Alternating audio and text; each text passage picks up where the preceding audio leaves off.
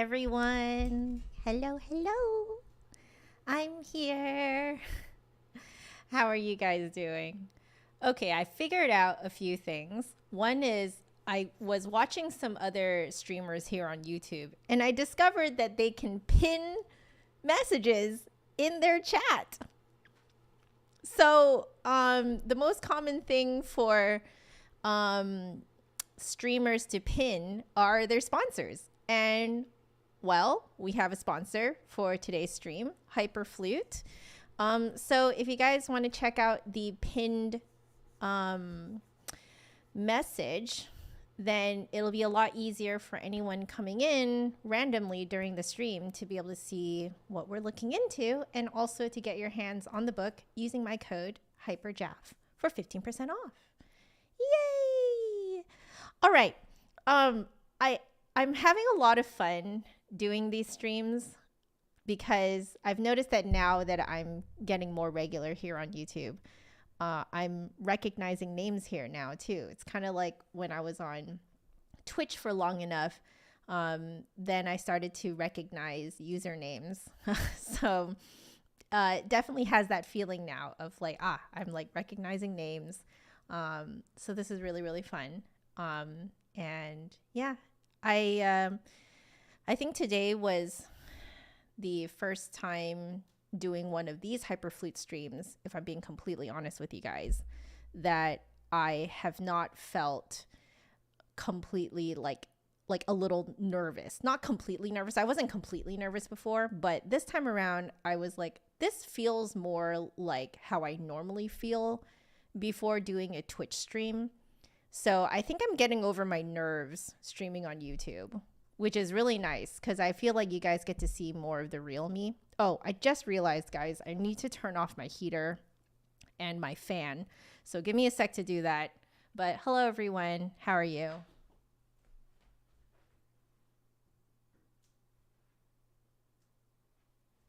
All right, turning off my fan now. Okay.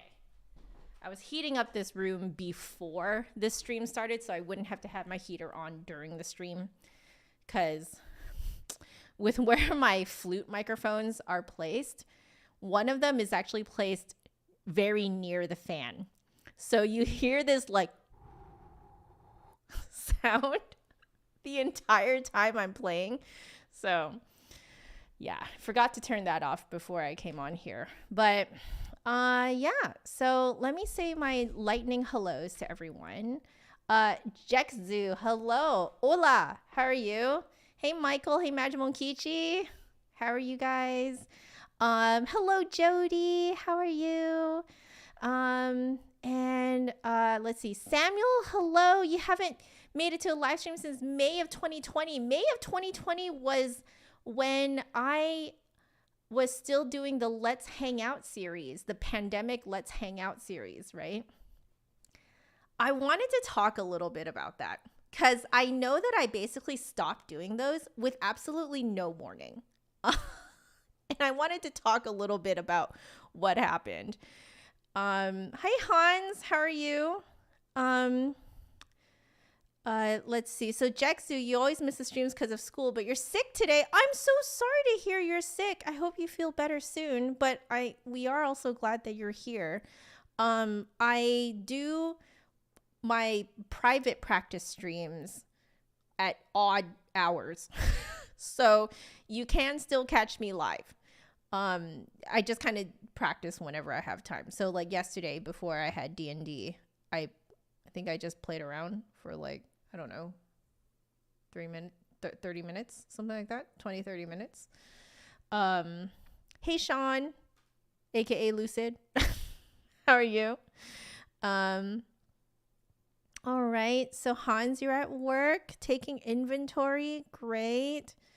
Oh, great.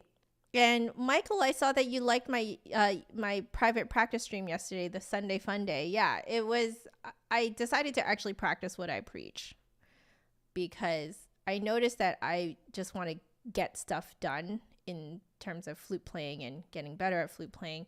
But then I was like, but then I have no time to just have some fun. And I always tell my students that, you know, you have to have one day per week where you're just having fun on the flute. And I'm like, okay, you know, if I'm going to be doing these private practice streams, I need to absolutely, you know, practice what I preach. I have the luxury of having entire practice streams where I'm just playing whatever I want. I do understand that if you're a music student or if you are a professional in the midst of performance preparation, whether that would be for like solo stuff or with an ensemble, you're not always granted the luxury of having whole sessions where you just do something for fun. So in those situations, I usually ask my students to just dedicate 5 to 10 minutes at the beginning or at the end or both of their practice sessions. So, you know, they will still get other stuff done, but they can still nurture that passion. So, yeah. Hey, Carlos, how are you? Right. I think let me check my timer. I think my timer now on all this stuff is every 10 minutes. Yeah, that's better. So let's see. Let me add some other things in here. Yeah, okay, great, perfect. So I added a few more of the timers in, but so I will ask you guys, for those of you who are viewing, if you can help me out, and if you have not subscribed yet, please subscribe, and also like this live stream. I feel so weird asking you guys to do that, but it does really help the algorithm, the god of YouTube, notice my content and be able to put it out to other people who might be interested in watching. So if you guys could help me do that, please like, subscribe, and hit the notification bell so that you are notified every time I go live. So I actually have a reason now for you guys to actually hit the bell icon, because I think if you don't hit the bell icon, you don't actually get like a phone notification. For example, if you have YouTube downloaded on your phone, you won't actually get a notification that I'm live through YouTube. And this is what happened to us, actually, because we were following a streamer, and she doesn't normally stream on Tuesdays, but just that particular week she was heading out of town on her normal stream day, so she switched it to another day and we missed it. So because we didn't have notifications turned on, so make sure you turn on your notifications. But yeah, if you guys can help me out, thank you so much for all the likes, guys. I see it all. Thank you. It really does help me out. So thank you. Hey, Nancy, how are you? So good to see you in the chat here. Yeah. Yes, Magic Monkey G. That's exactly what I think too. It's really great for everyone's education to play music that is outside their rep to keep the mind going. Yeah, because otherwise you really kind of get stuck in a rut. Like you get stuck in that mindset of like, I need to get better at this. And this is like, I cannot enjoy music until I get better at this. But that's not true. You can still enjoy music and have fun even when you're in the midst of mastering a new skill or several new skills. So, you know, yeah. Let me have a sip of my tea. Oh, that is hot. Woo! My gosh. You know what? We're going to let this cool down a little bit. It's okay. My flute's away. I'm just going to let this cool down for a few minutes. Ooh, that's hot. Yum, yum, yum, yum. Oh no, your Wi-Fi where you are is trash. You'll be here as much as you can. You know, Magic Monkey G, don't sweat it. Or I mean, I don't even know if you can really hear this part, but don't sweat it. The other thing you can do is because I believe I have this on normal latency right now. So I think you guys aren't even seeing what I'm saying until like a good 30 seconds in. So you're not going to be that far behind if you want to just like have, like just start everything a little bit further back, because it's essentially archived as it is streamed. So you can try that too. For anyone whose Wi-Fi is not that hot, that's actually what I like more about YouTube than on Twitch. Because I think on Twitch, you can't do that. On YouTube, you can kind of, or maybe you can on Twitch. I think you can on Twitch. I think I've done it before. But you can essentially just put the playhead a little bit further back and then just watch like that. Like essentially like let it buffer first. Yeah, you can try that. Throw some wasabi in there and it'll be perfect. Yeah. Just chuck wasabi at your internet. At the router, you just chuck it at the router and it'll wake up. You're already doing that? Really? Okay. Man, questionable Wi-Fi is always just such a, where I am, guys, we're currently using Comcast because we're still waiting for the competitor to come over. And let me tell you, sometimes Comcast just decides that no one's going to have internet for 20 seconds, which doesn't seem like it should be a big deal, but everyone works from home. So this happens in the middle of has happened in the middle of streams, and it has happened in the middle of lessons. So I'll just be like teaching people lessons like this, and then suddenly it's just nothing for 20 seconds. And then I have to kind of like refresh everything, wait for the internet to come back before I enter the call again. It's just so... Wasabi in my tea? You're meaning put wasabi in my tea to cool it down? Well, I mean, I've never actually tried. Is wasabi in drinks ever a thing? Is that even a thing? Like, is that a thing that you can even do? Michael is having fresh, warm tofu pudding right now. Oh, that sounds amazing. We just had some fried chicken. And then we have our own roasted veggies that we kind of leftovers. Because you know what? I think a lot of us in here are musicians of some sort. And we don't got time, let me tell you. One of the best ways of cooking, if you don't have time, is to roast things. You know why? Because basically, you do all the prep work, which depending on how much you are prepping, can range anywhere from 15-minute prep time to maybe sometimes you're going all the way up to an hour or so. But I would say the average is about half an hour prep time. And then you just chuck it into the oven and set a timer. And you just, when you come back, everything is cooked. Even better if you have a rice cooker. What you do is you prep the rice, put it in the rice cooker. It cooks by itself. You don't have to watch it. You prep some veggies and you prep some protein and you stash it all into the oven, set a timer, walk away. And you can do all your other stuff. You can practice. You can, if you're in music school, you can do your assignments, et cetera, whatever. And the best thing about cooking in an oven is that you can cook a lot at the same time. Like you can cook a lot. So you can full meal prep for most of the week or at least half the week.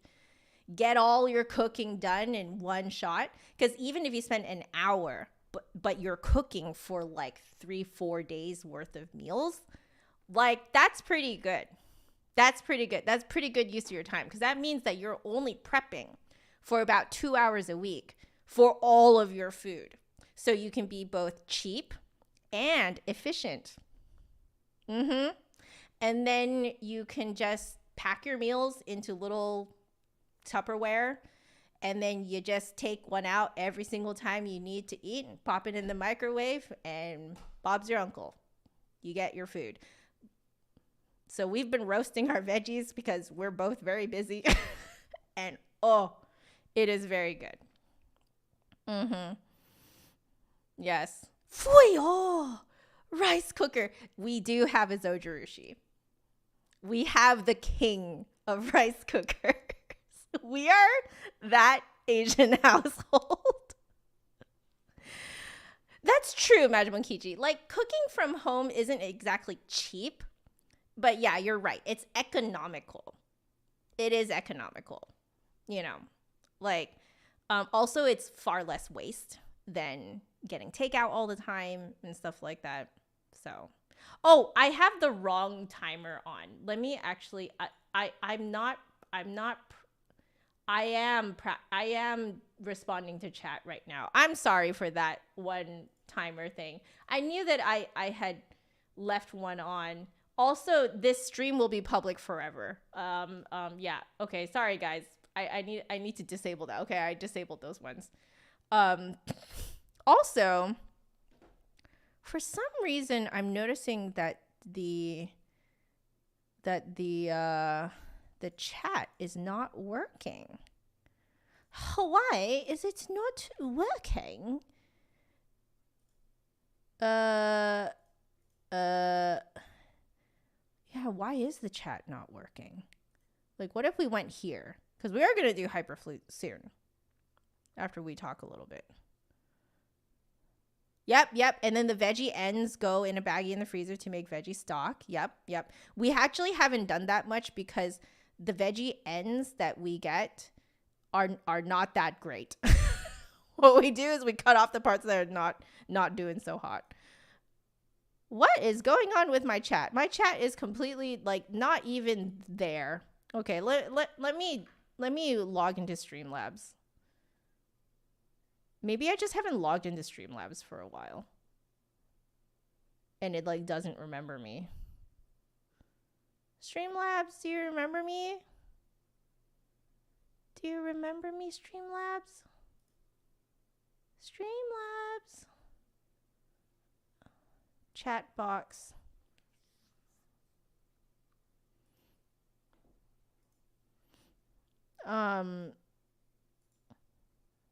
You know, maybe what I'll do is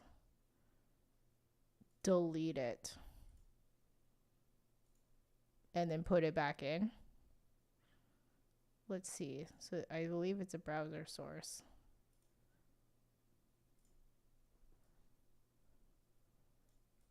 Yeah, I don't know, guys. I think my chat's broken today.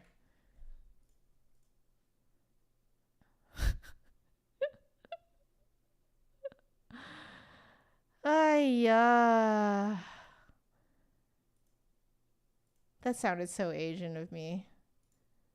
But my goodness.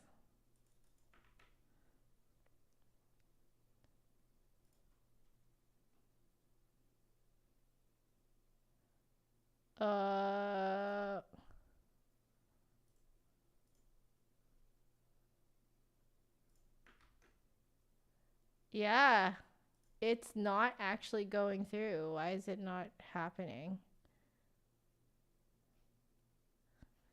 Chat widget, please work. I think it's something on Streamlabs. Oh no. Oh goodness. Are my widgets even working? Okay. I'm just going to test something. I'm going to test. Okay, that works. That one works.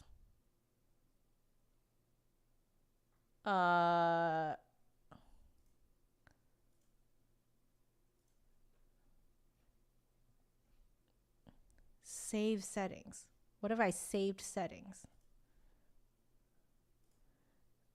Does the chat pop up? No. chat is just not going to show up on this video. I'm sorry, guys. Is it snowing where you are, Hans?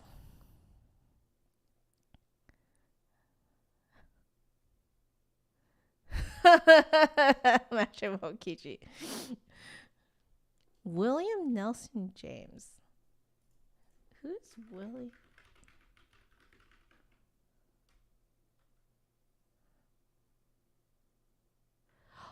I know who you're talking about. Are you talking about A Word or Two on the Flute by W.N. James?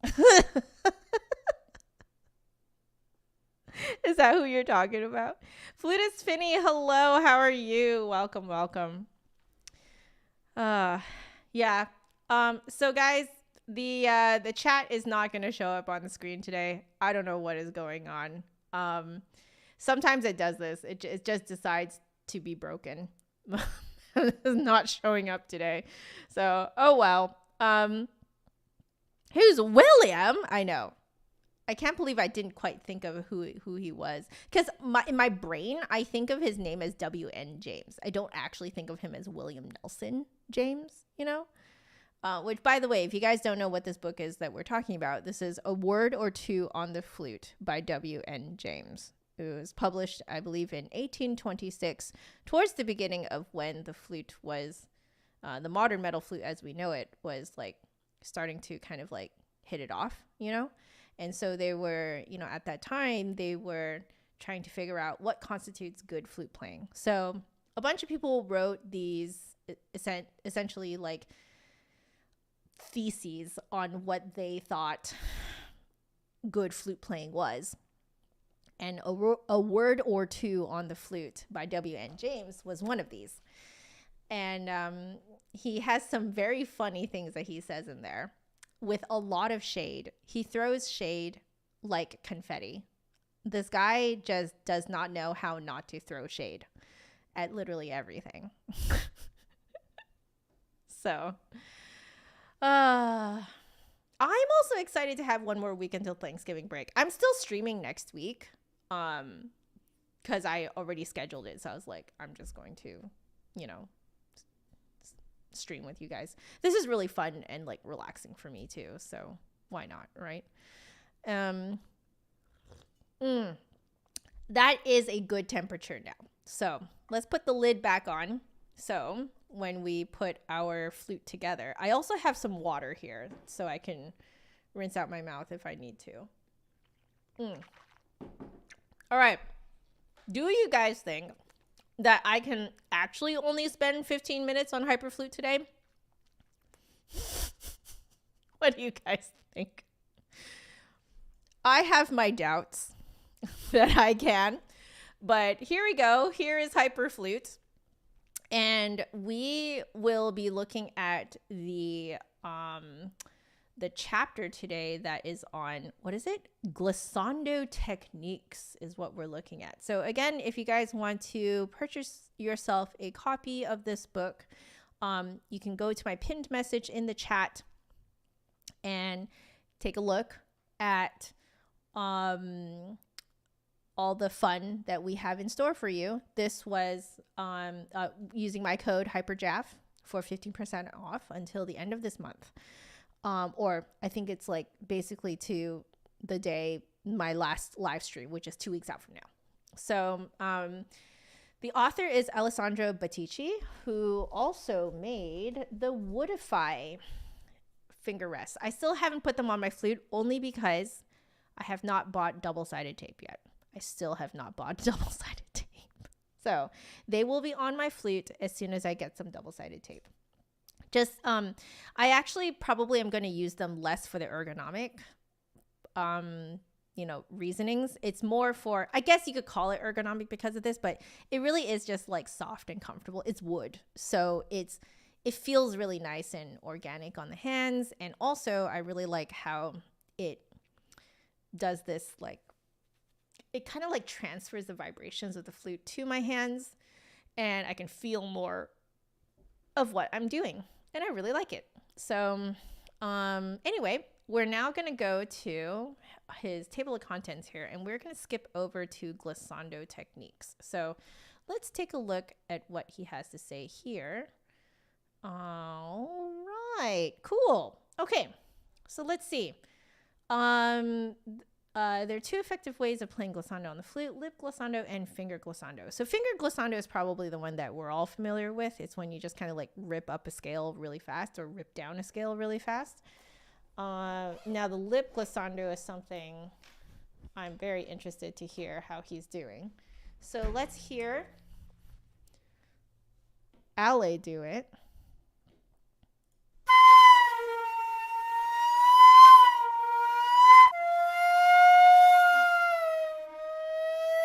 Note bending, basically.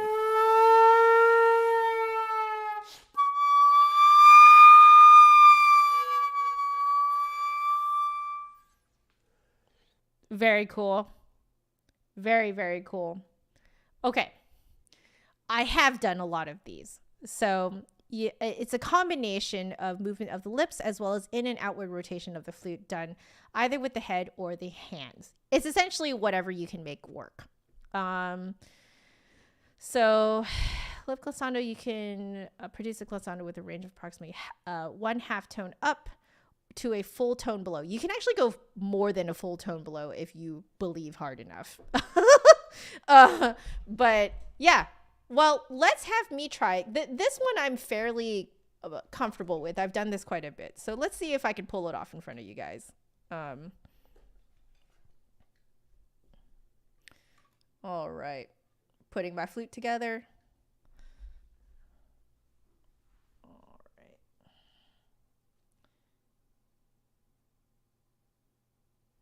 Okay. I want it to be clear. This tea is completely herbal and has no milk and no sugar in it. So it's essentially leaf water. Okay? It's basically water. But for good measure, I am going to rinse my mouth out with some regular water, which is ironically in my coffee cup. Okay, let's do this. Let's do some lip bends.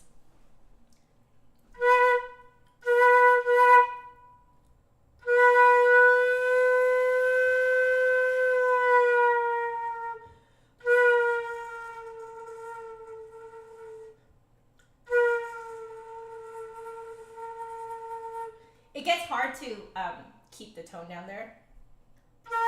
Yeah, but that's me going all the way down to a B flat.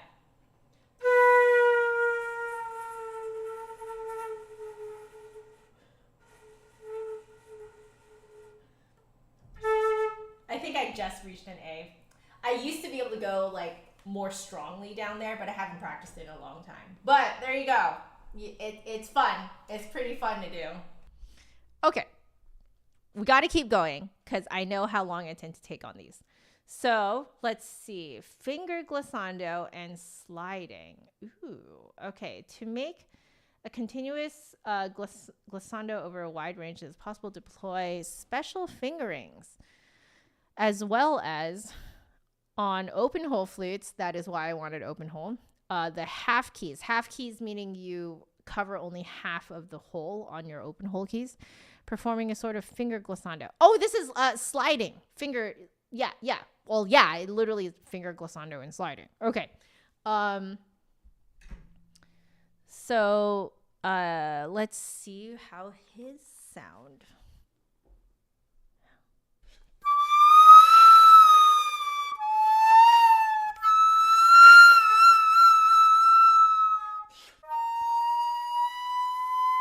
He does it so oh, that sounds so cool. He does it so precisely. That's actually insane. My tepid leaf water. Yeah, imagine what Kichi. Yeah, he's so precise in how he does it, because I can tell you for a fact that's something that you really have to practice. So like when you see something like that in like modern music and you're asked to do it, it does actually, at least for me, it takes me a few goes to like really know where my finger has to hit. Let's try a bit of that.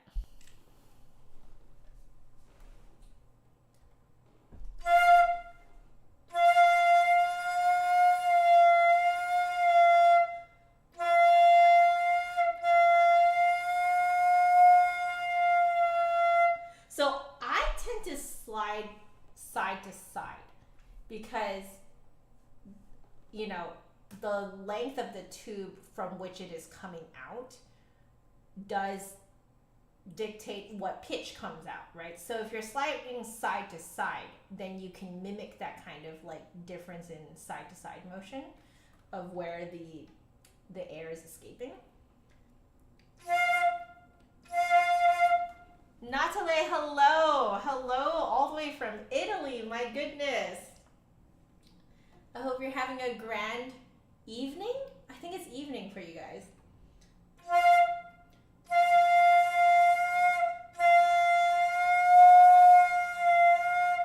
Like, it works the other way too, as you can see. But you hear how that's like an immediate change, whereas the slide, if you want to go up,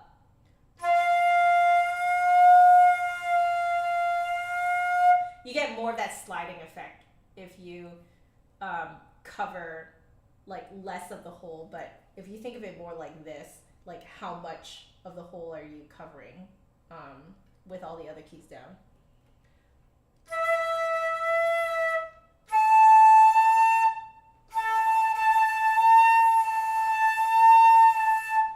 It's pretty fun.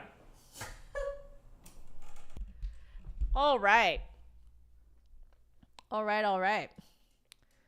Oh my gosh, the glissando head joint. Yes, I've tried this before. Okay. But chromatic glissando. Fast chromatic slurs. Yes. So I wanted to address this because you see how this is written? Like there's just a line there. So a lot of times it's not just a line. It's like a little squiggle. It's a squiggle from one note to another, or sometimes it's a squiggle into no note that is coming from a single note. So I get asked this question a lot in my lessons, which is, one, what scale do I play? Like what notes do I play to do this glissando? And two, if there is no note that it is glissandoing to, like there's no distinct arrival note that is actually written in the music, all of my students are like, what note do I end on? So it's hard to say. The answer to that question is that it's based on context. So sometimes if like depending on how the rest of the piece sounds, you can actually try both chromatic and whatever the key is of that piece. You can try either of those scales and see which one sounds better.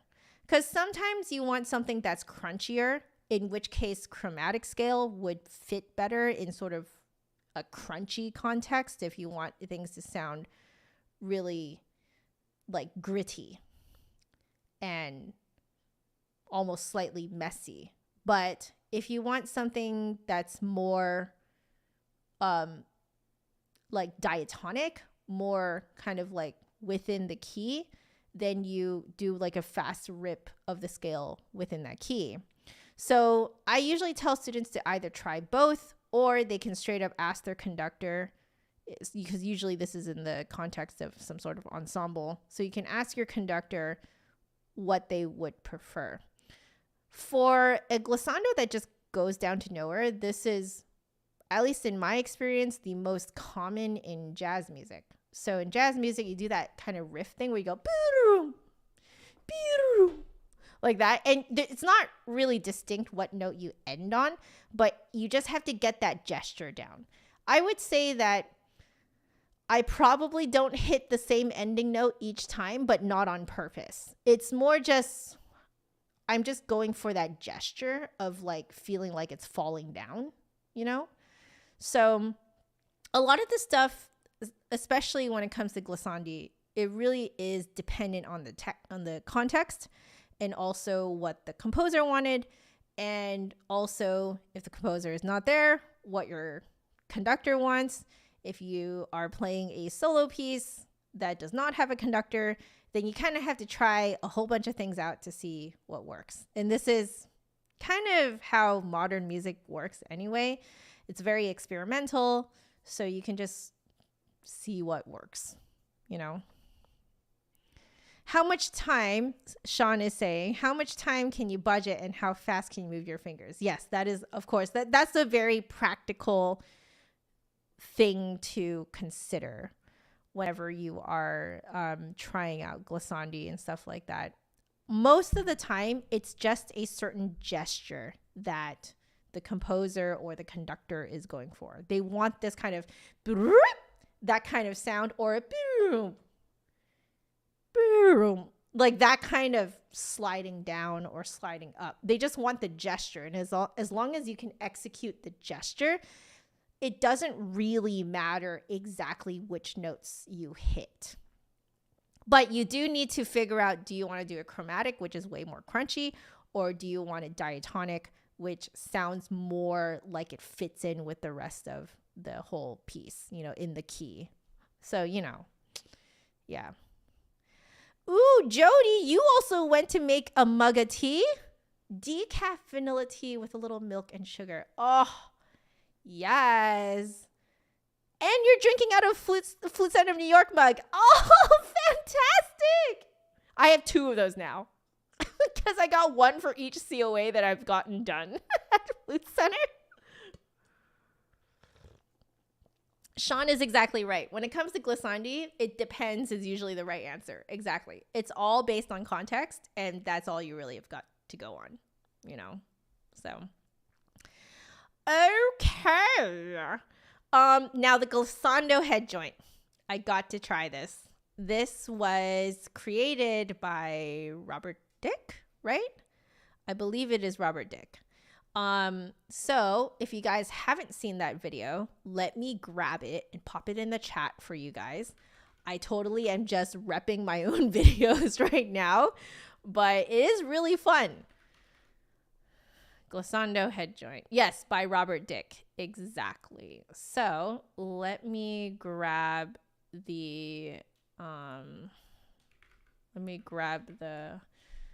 link for you guys. Get shareable link. There it is. I'll pop it in here. You guys are probably going to see this really, really ahead of time, but putting it in here. So this is Joe's video on Robert Dick's glissando head joint. All right, there it is. So you guys can take a look at that. And apparently it has made it into Ale's Hyperflute book. This apparently, when it came out, was such a game changer for especially jazz flutists and flutists who really wanted to play more very experimental modern music. Probably one of the most limiting things on the flute is the fact that it is actually so hard to bend notes. You guys know that slide that clarinetists have to do for the beginning of Rhapsody in Blue?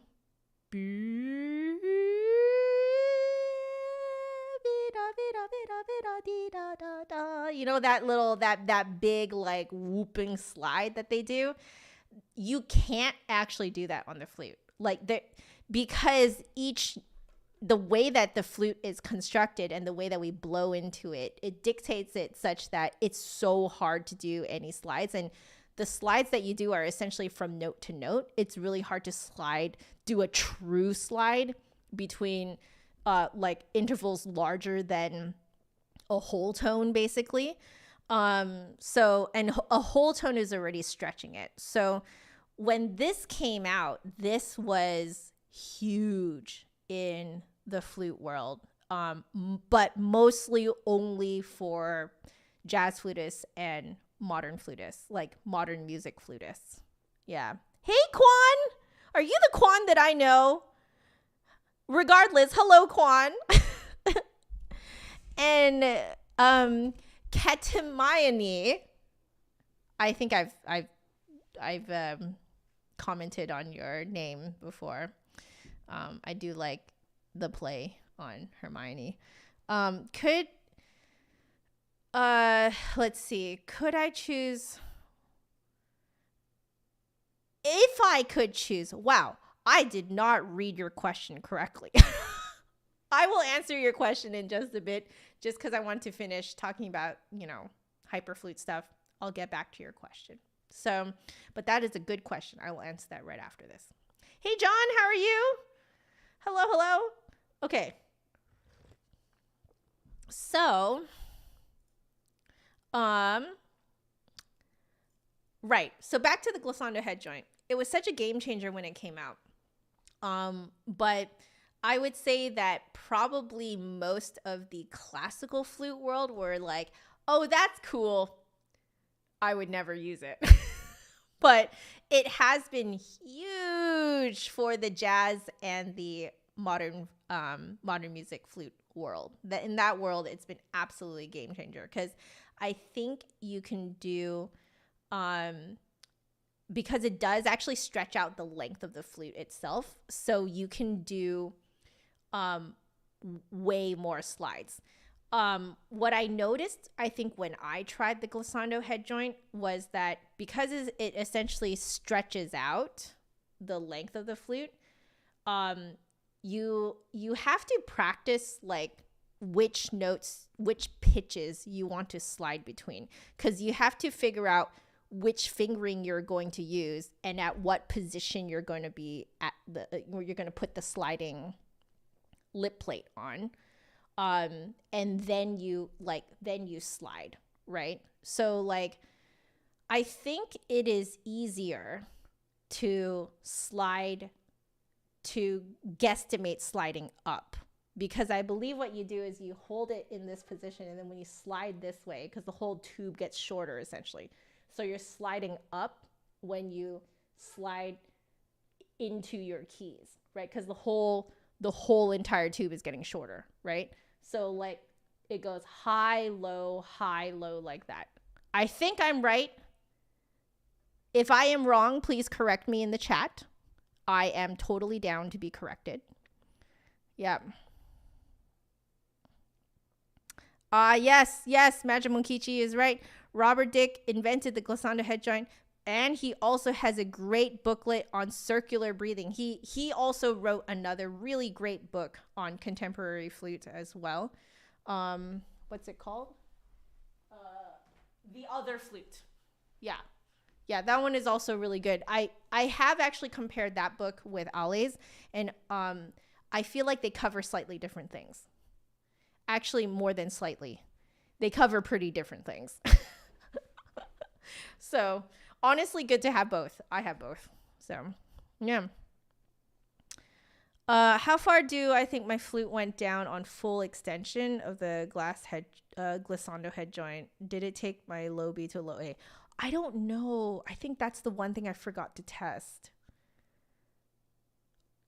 From what I remember of how much the lip plate would slide, I think it's more than a whole tone, because that is why it's so useful, is because it can slide more than a whole tone. Yeah. It's like a flute and a trombone had a baby. Yes. Actually, yes. It's really great. I think what I found was, so if you look at, here it is. So if you look at how this is constructed, so you see those little, what are they? They're like cheek grippers.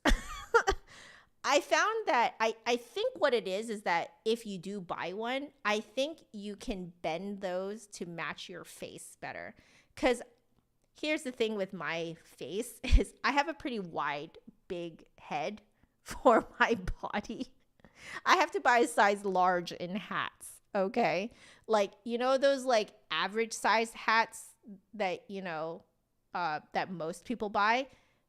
Even if it fits a tall man, it probably will not fit my head. I have like an actual chibi head, like as in big head on a small body. And so I think I mentioned this too in that video I made, that I felt that the cheek guards were actually too narrow for my face. So I believe what it is that you can see how they're just bent, right? So I think you can actually basically get it fitted to your face so that it just grips onto your face, and then it makes it really easy to slide around. Yeah. It's like being at the dentist. Yes. Kind of. But yeah, it definitely was like, it had such an interesting feeling to it that like it was essentially gripping onto me like this, which but because it was so narrow for my face, it kept slipping out.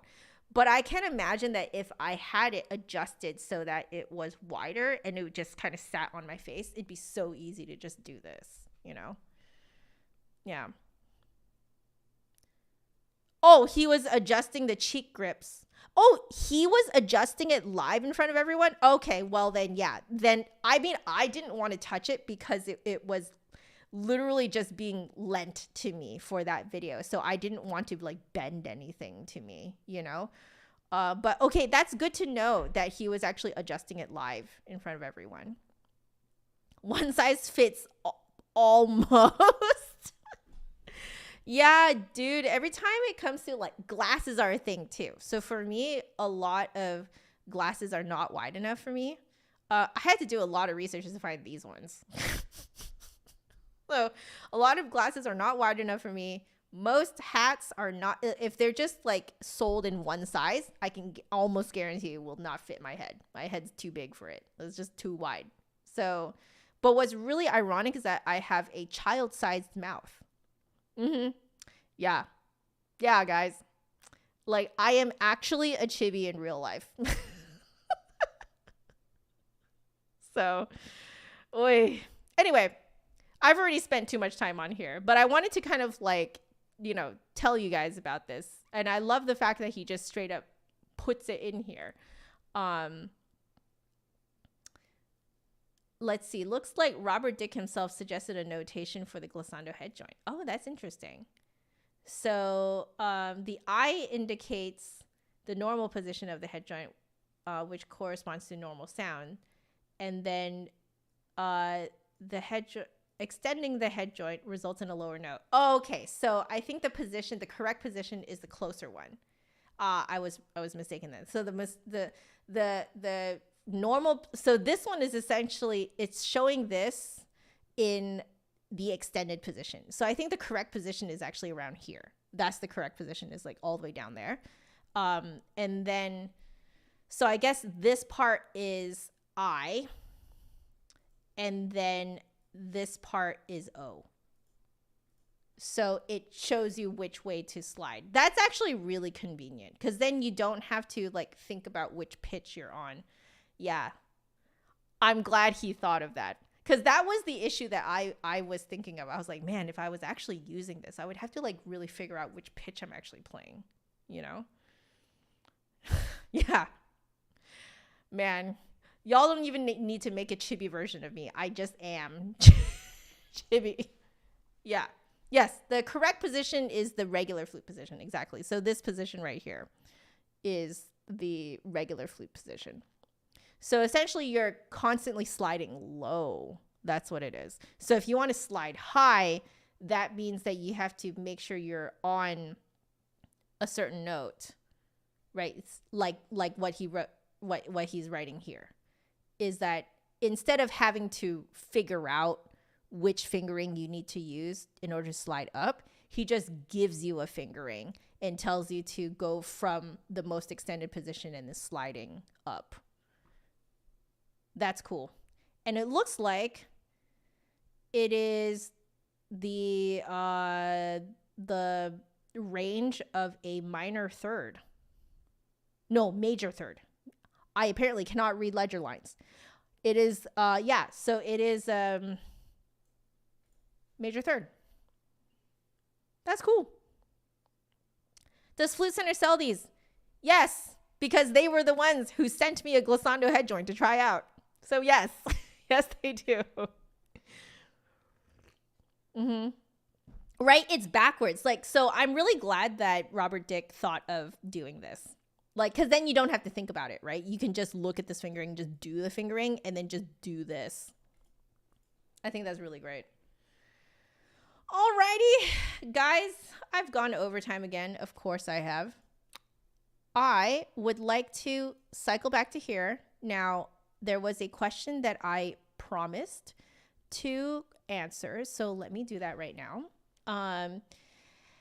Oh, before I do that though, again, code HYPERJAF to get 15% off of Hyperflute. Okay. Katamaini Potter. Turn to page 394. Okay, anyway. So, Potter asks, if you could choose one whole piece, not just one movement, to play as a soloist with an orchestra, which would it be? I mean, so you're asking what I want to play, right? What I want to play. I've never been able to do it with a full orchestra, but I think that it would be amazing. And I sound like a broken record when I say this, but it's the Golden Flute Concerto by Chen Yi. I got to play that with a piano reduction for my third year recital, and I've never really gotten over how great that piece is. I really love it. Written by a female Chinese American composer, and it mixes Chinese traditional effects and writing composition with a Western orchestra on a Western flute. And I love it. It just speaks to me, it speaks to me in the same way that Genshin Impact music speaks to me. Like I just know how it works. Like it just is so natural to me that, like, obviously the Golden Flute Concerto is hard enough that you would absolutely have to practice it. Like I would have to re-practice it up in order to perform it. Like, I would not be able to perform it literally right now. But I think I would love that, because I think in terms of a solo piece that I feel is very reflective of me and my heritage and my background and my strengths, I think that piece, in terms of the lexicon of, like, flute repertoire, I feel like that would really show off what I'm good at, The other obvious answer to your question would be I probably could do the Iber. I would still have to. I mean, like, if you gave me 2 weeks right now, I could probably perform it. Would it be at my absolute best? Maybe not, but it would be performance okay, is what I would say. Like I could probably just perform it, especially if I had the music in front of me, so I wouldn't have to, like, memorize every little thing. I have memorized the whole thing, but would I enjoy it as much as I would very naturally enjoy the Golden Flute Concerto? My answer is no. It's a beautiful piece, but if you were to compare which one I would personally enjoy more, probably would be the Golden Flute Concerto. Yeah. Mm-hmm. Oh, thank you, Magic Monkichi. I really like these kinds of streams where I can just talk to you guys. And if you guys have questions, by the way, you can just treat this as an AMA. Like, ask me anything. I mean, I would prefer that it's like more music related, but yeah. Do I have a recommendation of who you should listen to? I don't actually recall who I listened to. I don't actually recall. I mean, so, because that was a long time ago. I think that was, oh goodness gracious, that was like more than 10 years ago. Oof. So no, I don't remember exactly who it was that I listened to doing this, but let's see if it's on. So if I look up the Golden Flute Concerto Chen Yi on YouTube, Alexa Still did it. I think that might have been it. Yes, Alexa Still with a New Zealand Symphony. I think that was it. Yeah. Yeah, the Alexa Still one. Looks like Sharon Bazaley's also done it. Sharon Bazaley is also a fantastic name in the industry. 2008 edition. Ooh. Is this the one? With the Singapore Symphony.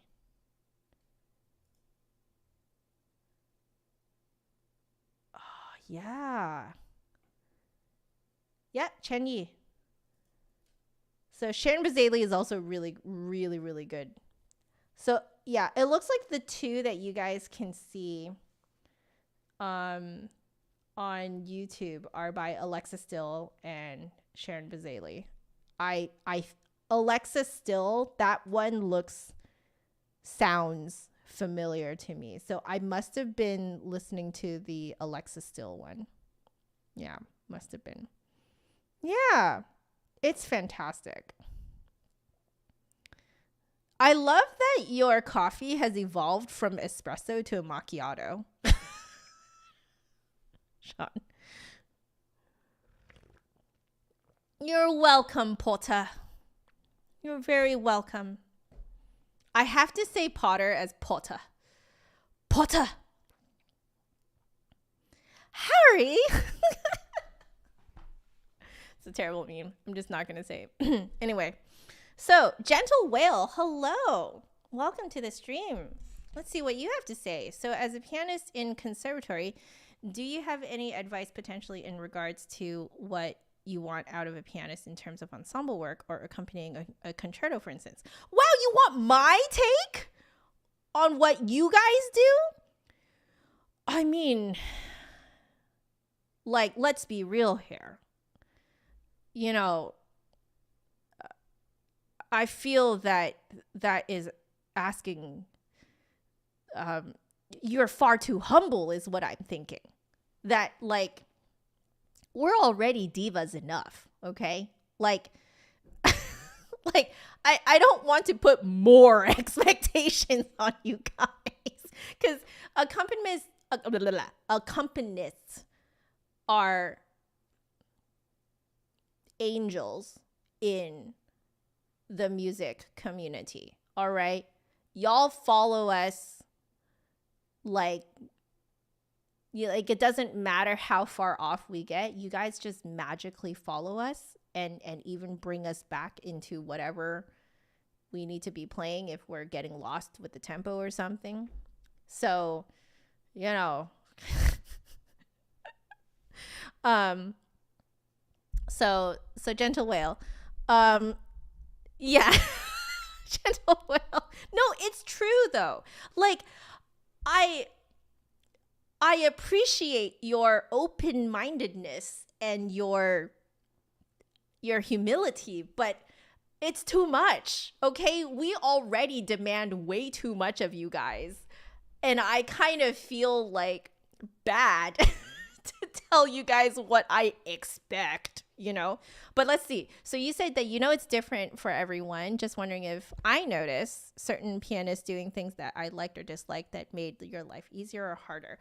The only thing that I found that was difficult or that was more difficult to work with a pianist is if they were used to being a soloist. That's it. So if the pianist is used to being a soloist, they tend to play with more weight, if that makes sense. Like there's more weight to it, and unfortunately when paired with a flutist, I feel like they can get away with this with like brass instruments, reed instruments, but for flutists, because our instrument naturally does not project very well. Okay, let's just put it out there, okay? Like we have very powerful instruments these days, but when you compare the projection of a flute to like any reed instrument and any brass instrument, the flute is just completely and utterly overwhelmed. So what happens is more of a balance issue. So if a pianist is used to being a soloist, they've been trained their whole life to put more weight into the instrument, into the piano, to get this really nice, luxurious sound coming out of it, right? The problem is that if you put that with a flute, it completely overwhelms the flutist. Completely. Just, blows us completely out of the water. So that's it. That's the only thing that I can think of that makes life, quote, difficult. Now, that is a blanket statement. I am not going to go into personality issues but because that is more of an interpersonal issue, is that sometimes you can end up with any musician. It's not just piano accompanists, but if you're working with another musician, sometimes you just don't click. Sometimes that be, and it ain't nobody's fault, okay? You just don't click. You just don't like each other, and that's okay. Is that going to be a great performance? Probably not, because let's face it, if you like the person that you're playing with, it's going to show. And in the same manner, if you don't like them, that will also show. So, you're just going to sound like you're fighting on stage rather than, sounding like you're having fun. But that is actually an interpersonal issue. That is not a piano accompanist issue, because you can be an amazing accompanist and not click with people. So just to be clear, just because you're an accompanist, it does not mean that you are forced to be just completely steamrolled over, okay? Your opinions matter and should matter to the person that you're working with. It should be a team effort, okay? That's what I believe, at least. So if you feel like you're being steamrolled, just know that is probably not your issue as an accompanist. It is an interpersonal issue between you and the person. It's a person-to-person problem, not your job problem. Okay, that's what I wanted to really separate for you guys, okay? But yeah, the only issue that I find is a balance issue, is that if you're used to being a soloist, you're not used to having to pull back so much when you play with a flutist. That's it. It's just a balance issue. Yeah. You listen and trust each other. Exactly, Majumon-Kichi. Yeah. Yeah. So, yeah, exactly, Gentle Whale. So, yeah. Let's see. So it's funny I mentioned the soloist diva thing. Your teacher would always complain that Beethoven sonatas are for violin and piano, not violin with piano accompaniment. Yes, you're right. There are certain pieces where the piano does need to come out, not as an accompanist, but also as an equal partner. So the one that I'm thinking of is the Prokofiev flute sonata. It is actually the Prokofiev sonata for flute and piano. So the piano part is just as hard as the flute part and is equally as important, plays an equal role, not melody and accompanist. It's flute part and piano part. It's equal parts. So if you wanted to study a piece that has that kind of dynamic between the flute and piano, like the Prokofiev is the one that you want to study. So I actually ended up, I believe I played it for my graduation recital in my 4th year. So this was in my bachelor's. So I studied it with my teacher, but I also received coaching, like kind of like essentially small ensemble coaching on that piece by my pianist's professor. And my pianist was doing it for her master's recital. So I did it for my graduation recital. She did it for her master's graduation recital. And we, getting that coaching session from the piano professor was mind-blowing. It was so interesting to hear from a pianist's point of view how this piece is supposed to go, right? Because there are parts where I have to back off and stop being a diva so that the piano part can really come through. it's great, you know? But then there are other parts that we understand that there's a balance issue where like if, you know, in order for my part to even be heard, the piano part has to be quieter. But just because they're quieter, it doesn't necessarily mean that they have to be unmusical about it, you know? So like we had a really interesting, quite a few coaching sessions with that professor, and it was amazing. Like I had so much fun doing that. And like I look back and I'm like, I kind of wish that I could play then with the power that I can play now, because I feel like I held my pianist back a little bit just because I couldn't play loud enough in some parts, you know? Yeah, I agree with Sean.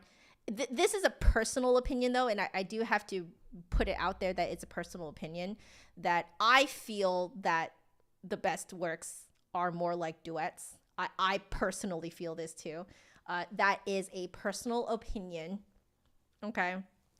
I understand that not everyone thinks that way, and that is completely fine. In fact, more than fine. That's what makes the world go round. Okay. How freaking boring is this world going to be if everyone thinks the same way, right? So, because then, you know, you wouldn't have that contrast, right? You know, you need to have people like one way of how things are done and people like another way of how things are done, you know? Otherwise, everything's the same, and like we might as well just be living in a simulation, you know? So, yeah. Oh, the Poulenc is a good one too. Yes, the Poulenc is a good one.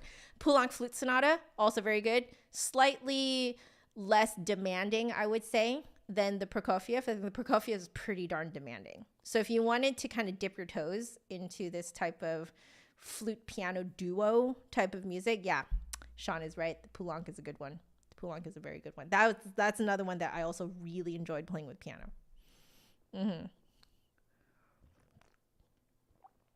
Gentlewell, I am so glad that you asked such a great question. Because I think that what people need to realize is that being a piano soloist, being a piano accompanist, and being a piano duo partner those are three very different skill sets.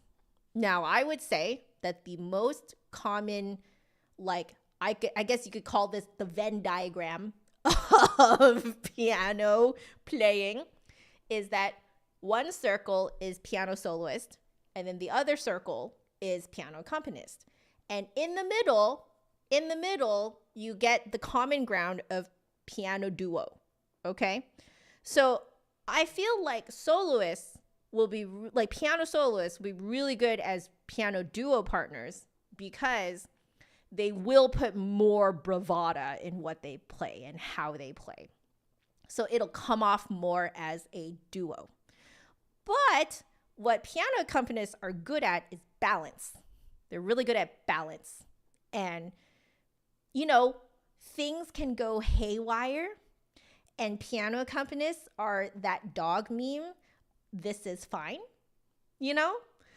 Like, so they can follow you to Kingdom Come, and they have a really good ear for balance. So the balance will be really, really good, but they may or may not play with as much bravado as you want them to, right? So it's this, like, that's how I think of it, is this kind of Venn diagram thing. So if you have a pianist who's more of a soloist, like naturally more of a soloist, and, you know, and you're playing a duo with them, you may have to more so discuss balance issues with them, right? But with someone who's more used to being an accompanist, you would more so in your rehearsals have to discuss when they should just let loose and let you follow them, you know? So like the conversations that you'll have in your rehearsals will be different, right? But both of them can do piano duo parts. Yeah. So, but they are three different skills, in my opinion.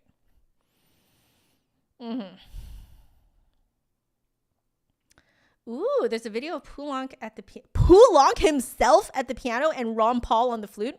Oh, well. I guess I am watching that later.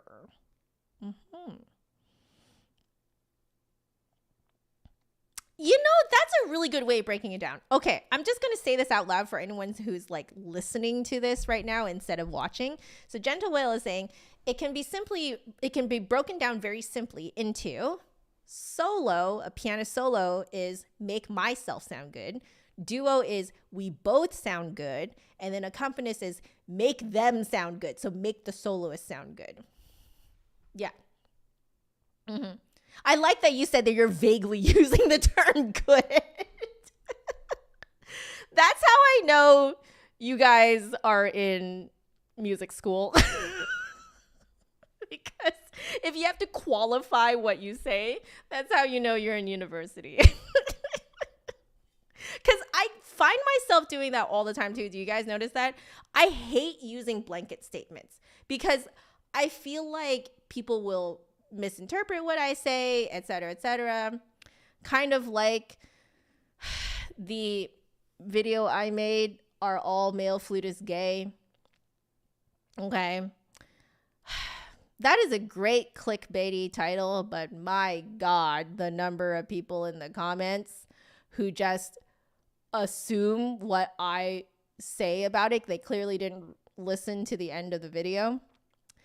And then they just spit their own thoughts right back at me, clearly without having watched the rest of the video.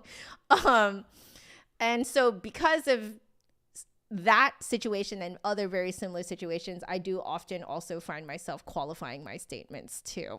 And also saying things like, it's different depending on your situation, blah, blah, blah. Context is key, blah, blah, blah, My God. Oh, yeah, I'm still getting tons of backlash for it, Gentle Whale. I'm getting so much. I'm still getting backlash. I get backlash from both people who are gay and people who are not gay. I get backlash from both.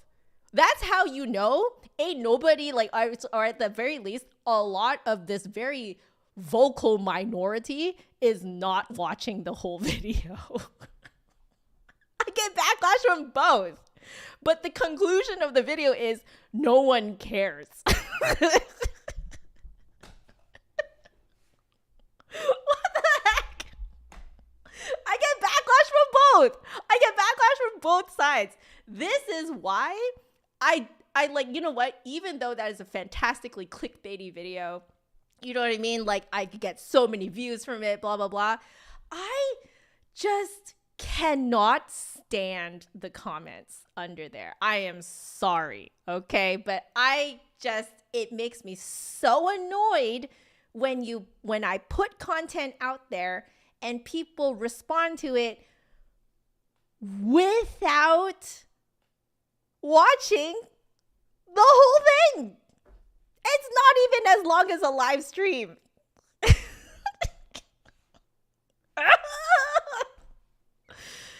Oh, guys. My gosh. It's just,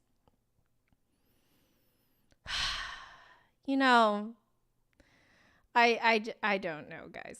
But yeah, I love that you guys are very similar to me. Like, I feel like maybe I've done enough qualifying statements for like the things that I say. I've been really hounding the concept of context to people. I think what that has done is it has attracted like-minded people to me, but it has also confused and thus probably makes my content less interesting to people who are looking for something to react to. I don't really make content for people to react to. I make content for people to feel like they have a community, So, yeah. I know. Yeah, no one cares for intention anymore.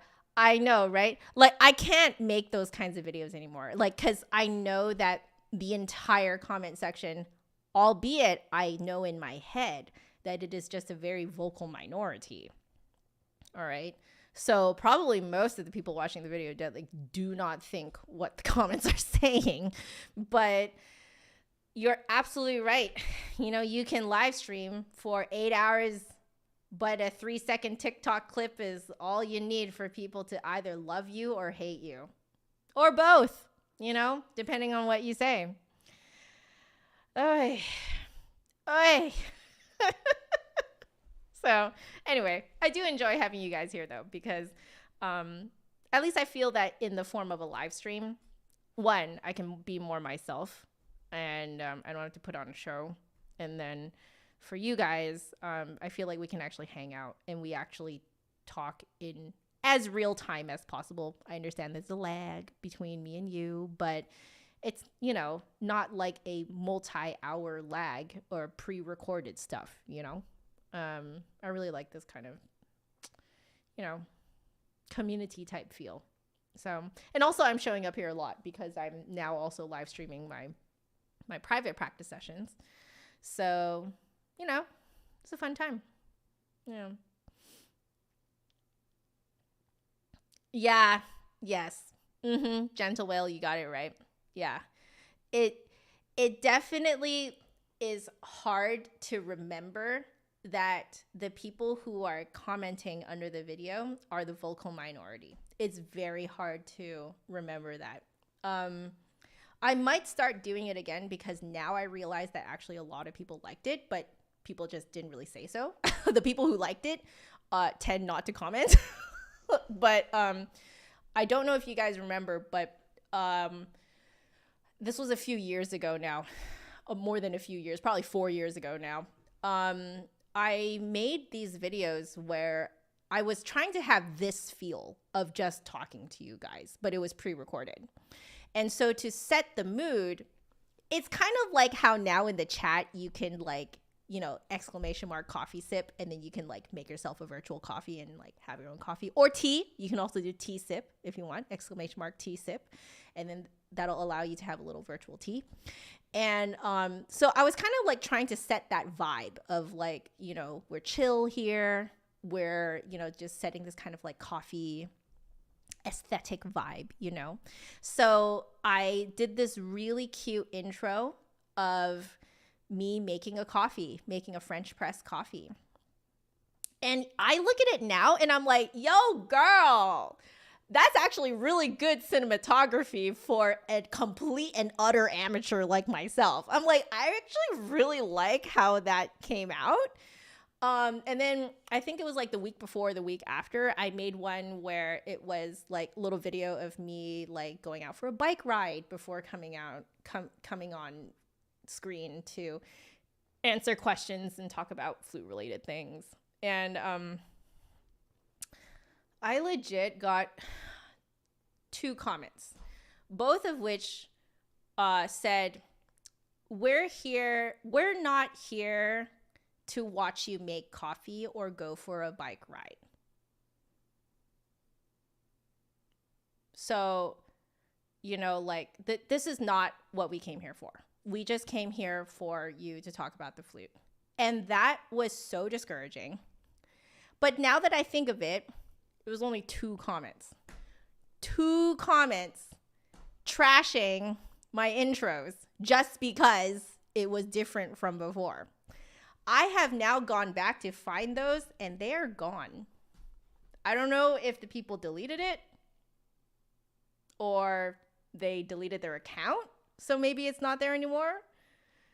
But yeah, I didn't realize until several years later when I brought it back up, because I've already brought this back up before. But I think I brought it up on Twitch one time during one of my practice streams.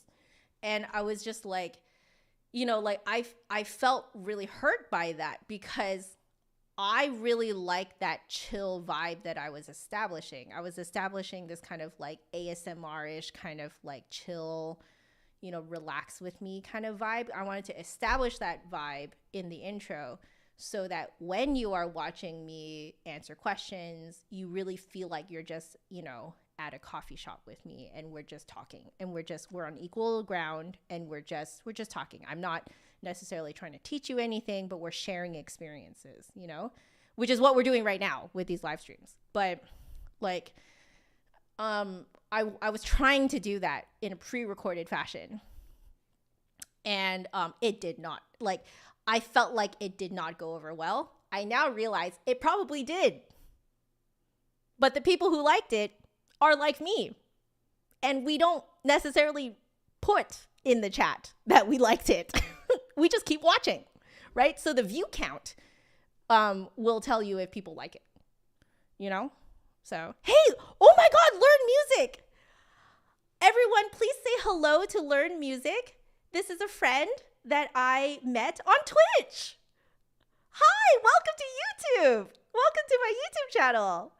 Learn Music is a fellow musician and also does Twitch streams.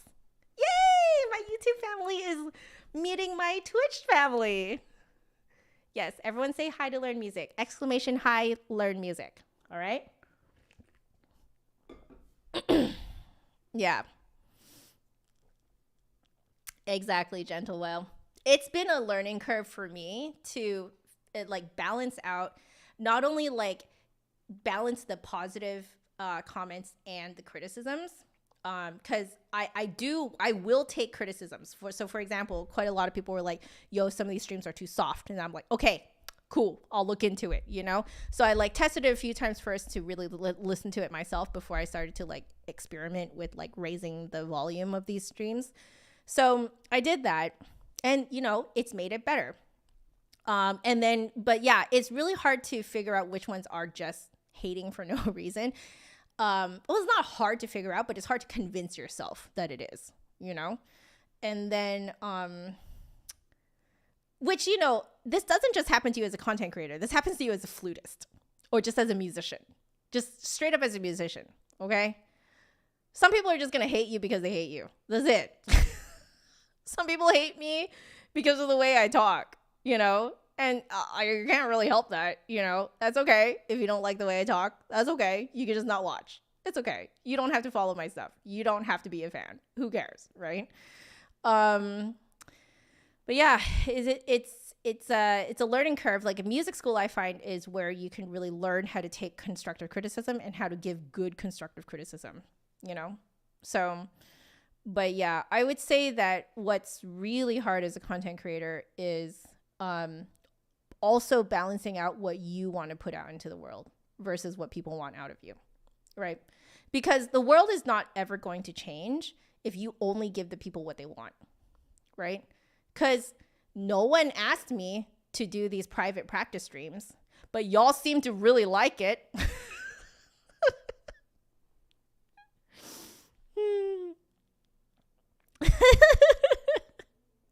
Hello, Ricky. Welcome to the stream. What is my process for dealing with performance anxiety? Okay. That's a really good question, because I would say that it depends on what I am performing for. Again, context. Okay. So in different situations, my anxiety will be at different levels. So let's go through a few examples. Let's take an orchestral audition, okay? I get probably the most nervous for orchestral auditions. And I admittedly have not completely dealt with it yet. Like, I have not really tackled it, but I know that it exists. So I believe my answer to this question would be, what would I do if I had the time to deal with my performance anxiety when it comes to orchestral auditions? So the first thing that I would do is actually put in the time to prepare the orchestral excerpts. So this includes listening to different recordings, knowing where your part fits in, doing your homework, basically. So you got to practice and do your homework, know what's going on. So that's the first thing, because if you don't have that down, you're always going to feel unprepared. Because at the very least, if you've done your homework and you've practiced, when you actually get to actually auditioning, you can actually tell yourself you have done the work and you're just excited. You know, you can trick yourself, basically. But the other thing that I would do is do more auditions, you know, like, because the more auditions you do, the more they'll become normal to you. and thus you would become desensitized to it, essentially, you know? And then you start to basically go in to just, or record it or whatever, to give whoever you're listening to, just to give them a good time. The idea is to make them want you to be part of their ensemble, to be part of their orchestra, right? So like you want to give them a show that makes them want you, you know? And you can see how that makes it very different from just having to beat out everyone else. You see how that dynamic is a little bit different? Like you're then no longer competing with everybody else. You're just putting out the best version of you that you feel could fit into their orchestra. So it becomes a competition against yourself.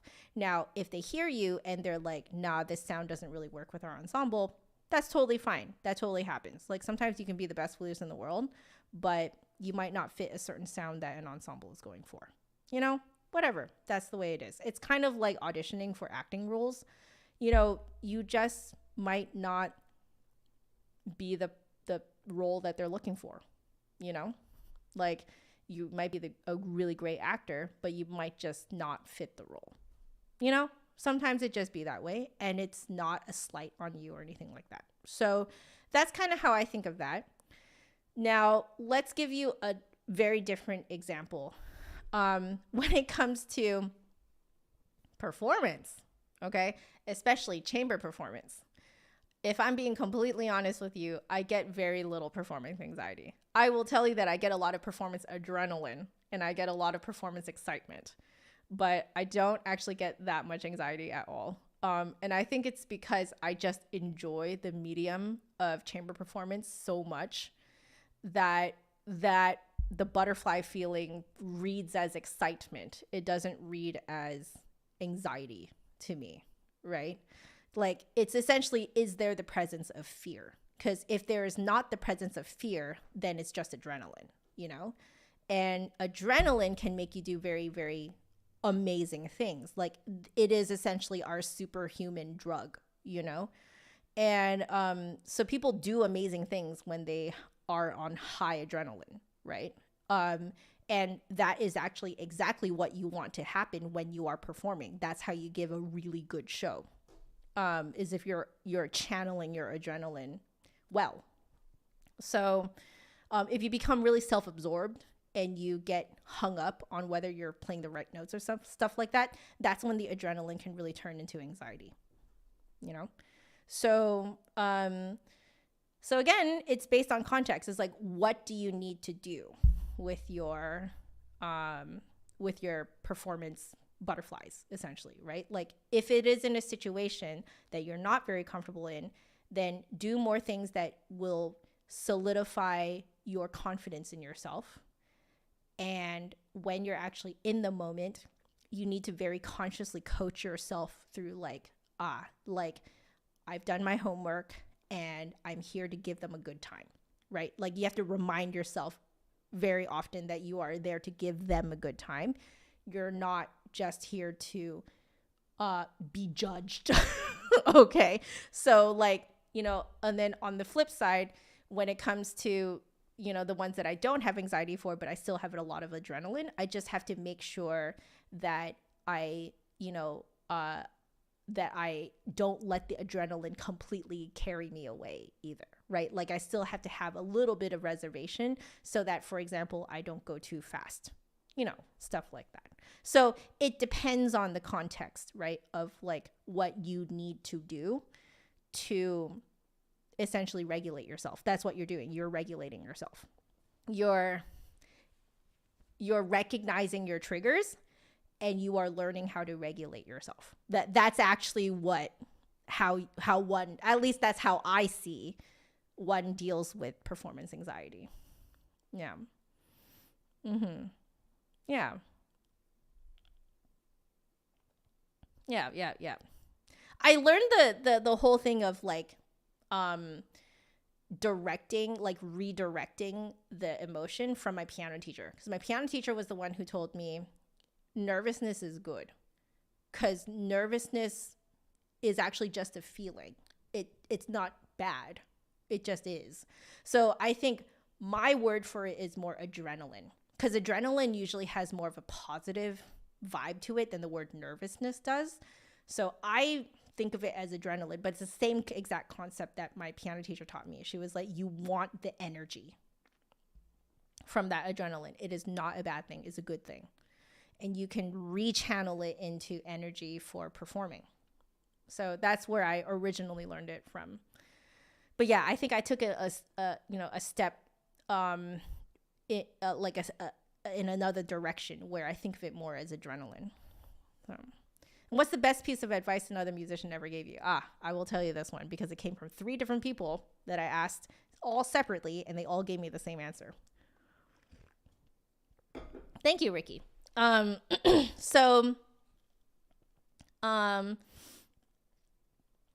will also take your compliment that I'm a young lady. I'll take it. So, the greatest piece of advice that a musician ever gave me was the same piece of advice that 3 of my professors gave me when I asked them separately on 3 separate occasions. What do I do now as a professional? Like, now that I'm done school, what do I do? And they all told me, you are competent now. So, in that regard, you don't have to worry, because anything you can't do, you know how to practice it so that you can do it. Okay. The second thing is you are friendly. So because you are friendly, people will want to work with you. So you'll be fine. And I think that was actually it. I feel like there was a third one, but I can't remember it right now. But that was the gist of it. It was just, you're competent and you're friendly. I think they may have mentioned a little bit of my creativity and ambition, but they were like, you'll be fine. And I was like, but where do I go? What do I do? They're like, I don't know. You do whatever you want, and honestly, just put your stuff out there and life will happen to you, just as long as you are hardworking. And maybe that was a third thing, is that you just keep going, Yeah. So that was the best piece of advice. And I got the same piece of advice from 3 different people on 3 separate occasions. They did not talk to each other about this.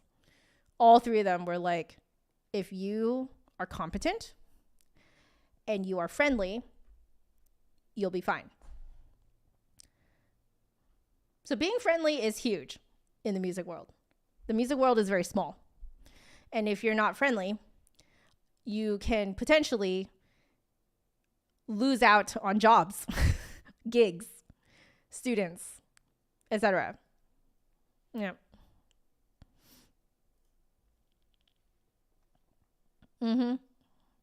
Yep. So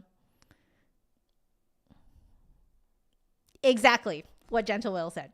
Most people would rather work with someone less competent but easier to work with / more positive. Yes. I know that I am not the best flutist out there. That is why I call myself just another flutist, by the way. Okay. I know I'm not as good as other people, but that's fine. In fact, that is what I've built my whole career on, is the fact that I am just another flutist, but I'm constantly learning and having a great time while I'm at it.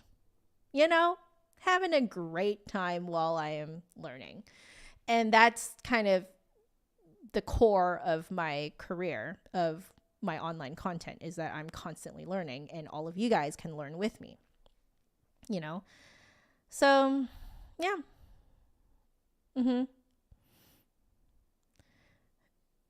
Sean is right that you graduate music school and suddenly everything comes to a stop. Some people never get through it. Yeah. You essentially have to make your own work after you're done music school. You have to make your own work. And that can be slow.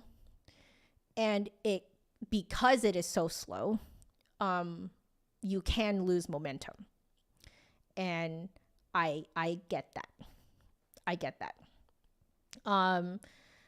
So, that can be anything from, it takes a long time to build a studio of students, it takes a long time to win a position in an ensemble. Because a lot of times you'll just be doing audition after audition after audition, kind of like an actor doing audition after audition after audition, not landing anything until you land that one role or that one ensemble where like that is your gateway into that world, right?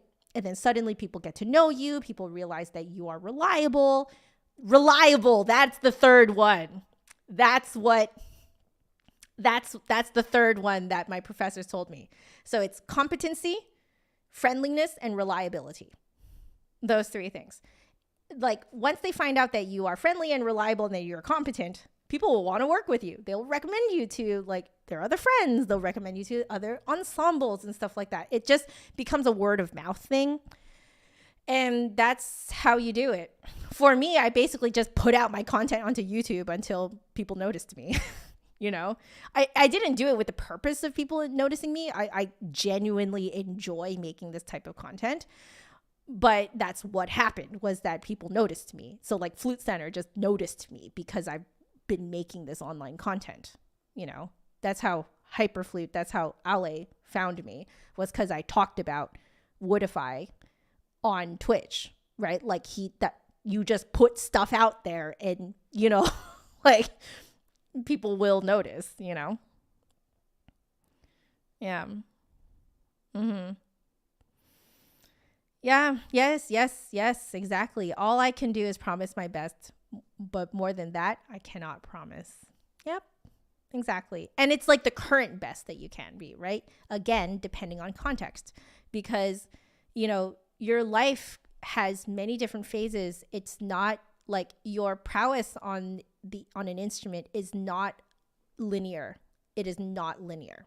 All right. It's more like this.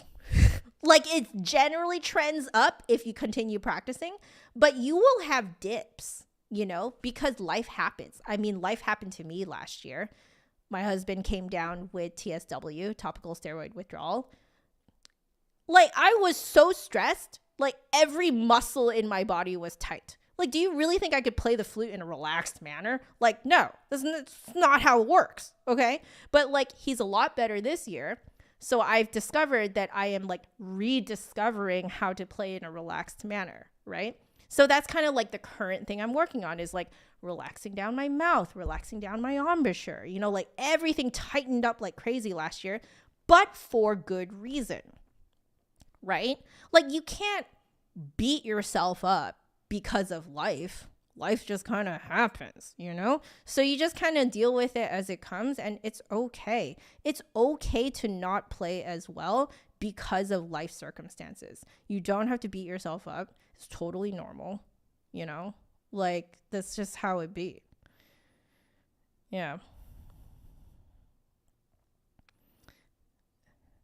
That's true, Gentle Whale. I think you're right that a lot of people assume I'm so talented, someone will notice me, when really it's the work stuff outside of your talent that gets your foot in the door. Yeah.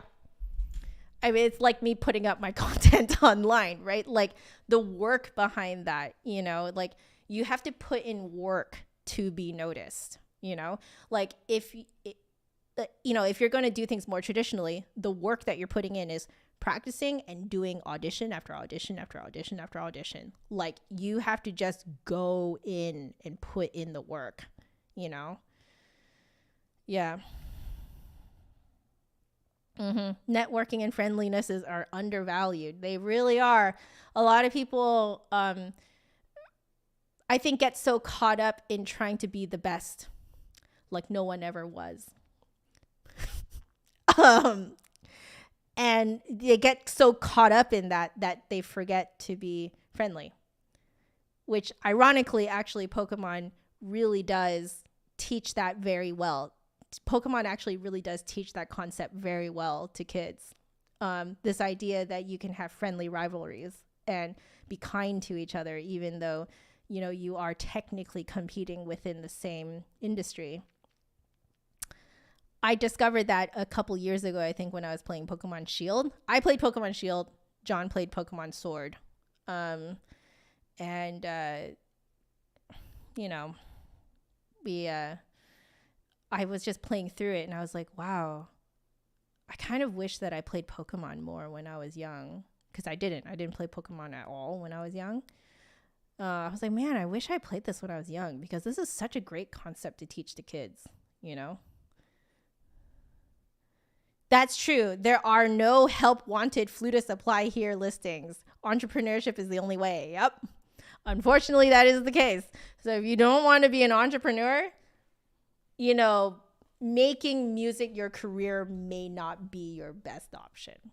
It could be a really great, fun side hobby that you are really good at, you know, but to have your income depend on it, you really have to be an entrepreneur. Yeah.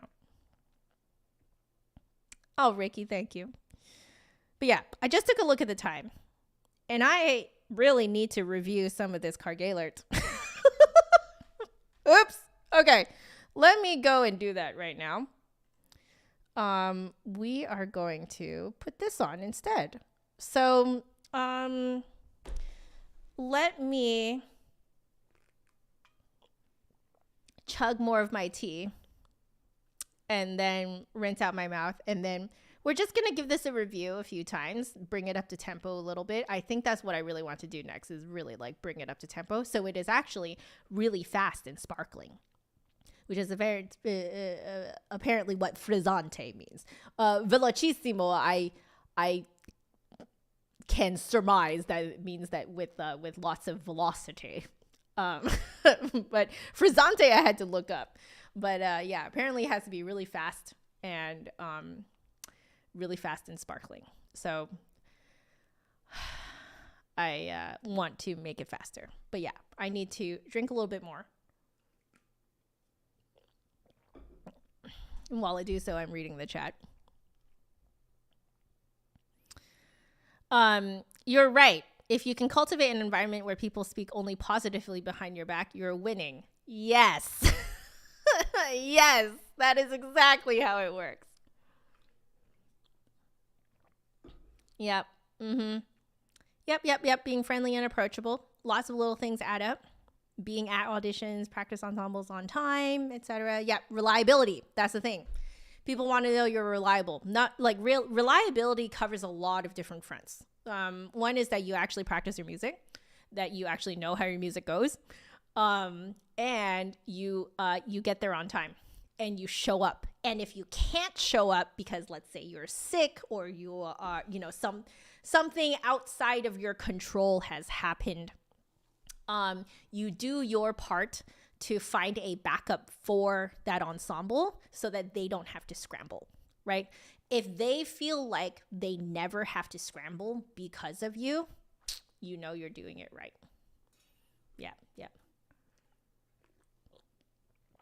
You're almost out of coffee. Quick! ! Coffee sip.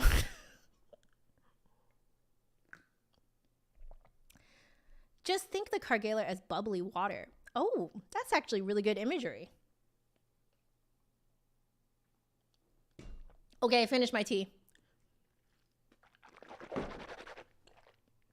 Let's try this. I am going to stand for this because I feel like I cannot play this etude while sitting. I just cannot. Also, I'm short. We're going to stop that. Okay, there we go. So let me do a quick warm up and then we're going to jump right into this.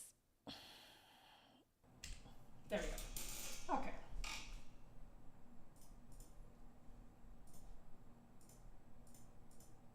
There. Oh, I should not have cleared my throat. Dang it. See, I do it without realizing it. Anyway, okay.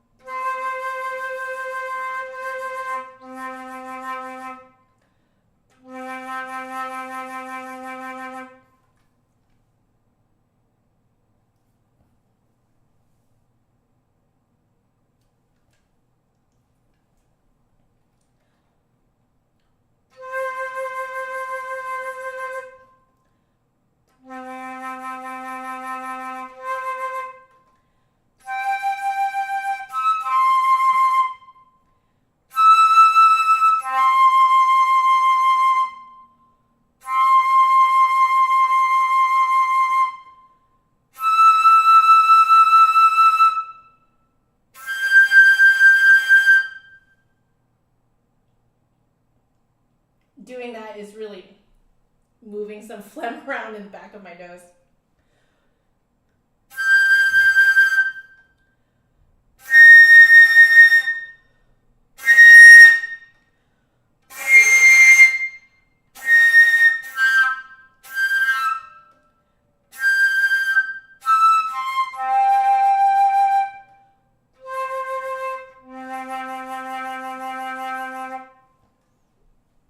It's not as open as I want it to be, but I actually think it could be because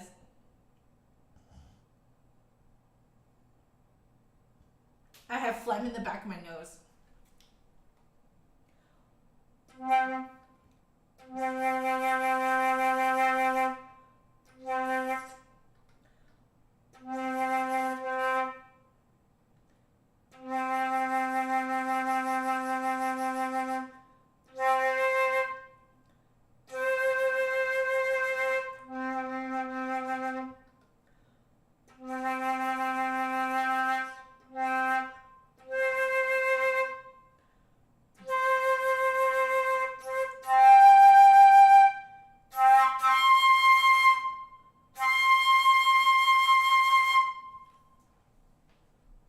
It is moving all of the phlegm out.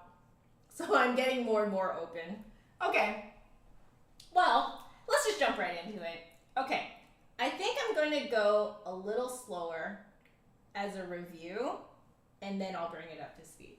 So here we go. I have the music up for you guys, but I'm actually doing this from memory. So here we go.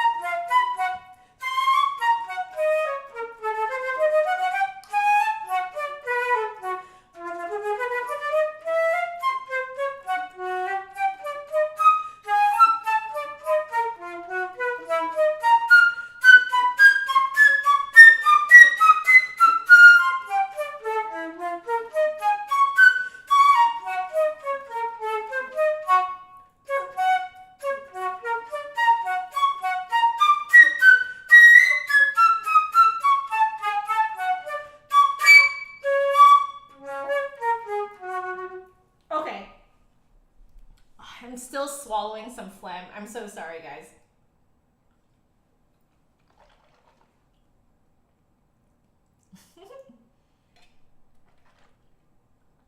Will my throat clearing be excused if I refrain from swabbing with my hoodie? Okay.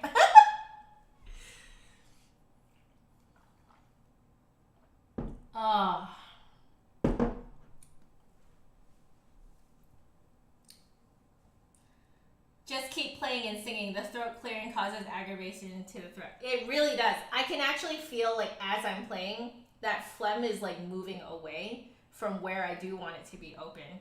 And it's doing it without, ruining my throat. Have I got the mean concentrated face? I'm certain that my frowny embouchure isn't helping. Okay, let's do a little faster. And I'm still concentrating on making sure it's really nice and open in the back. I'm still learning to do that. It's gonna be a struggle bus for about a month to 2 months. Okay.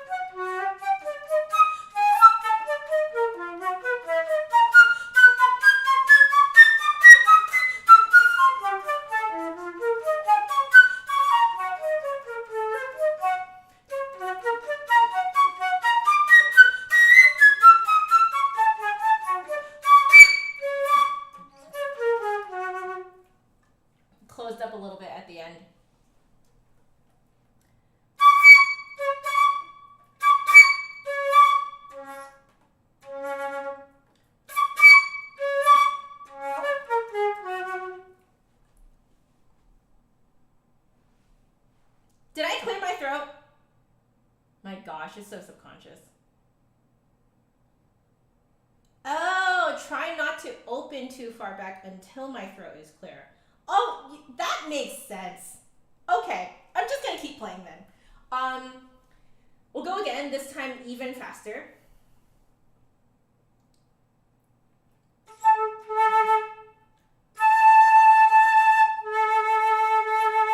Okay.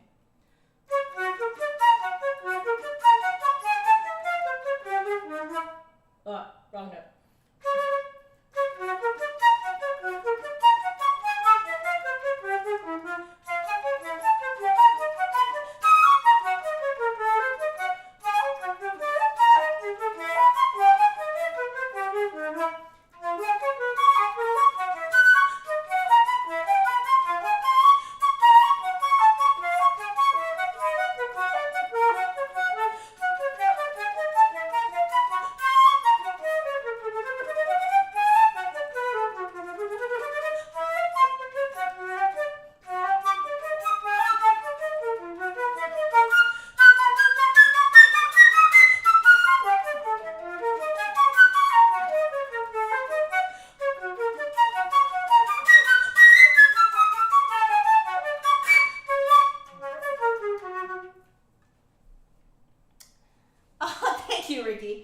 Not bad.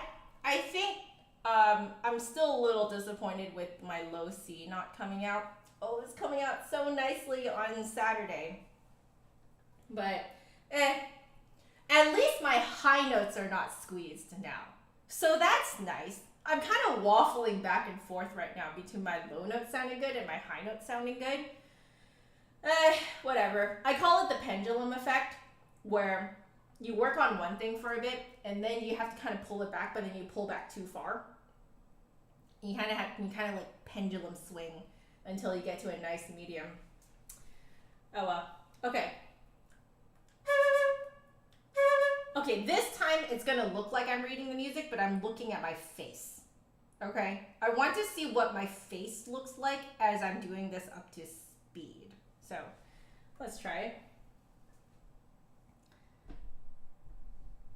When the middle register is clear, you can dig into the chest a little bit more. Okay. Okay, got it. More of the phlegm is away now, which is nice. But I still feel like there's still some there. Yeah, there's still some there. So let's just keep playing.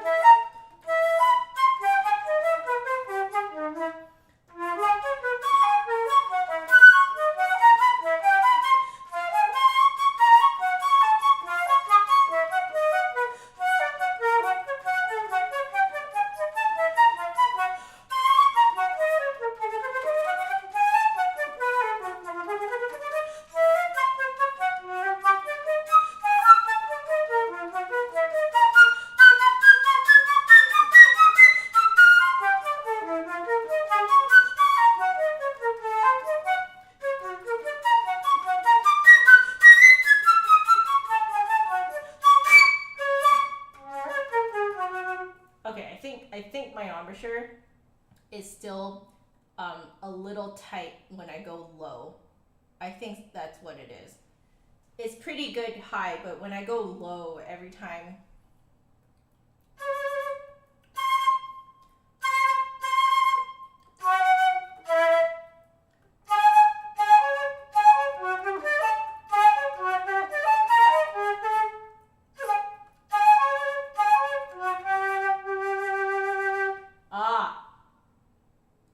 I need to keep my jaw forward. I think I'm bringing it. I just saw the movement. So.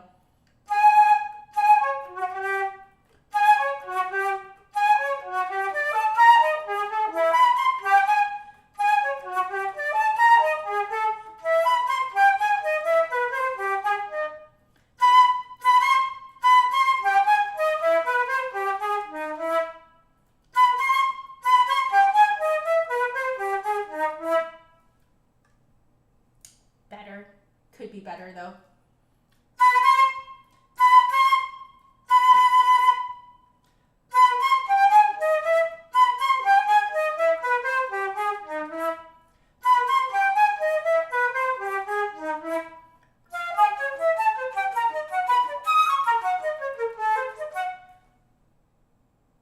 Aha.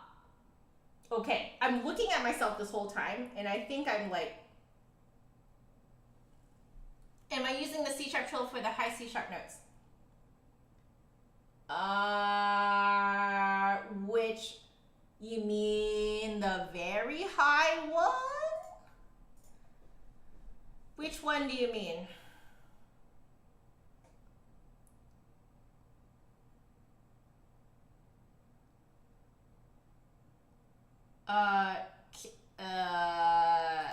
Do you mean this one?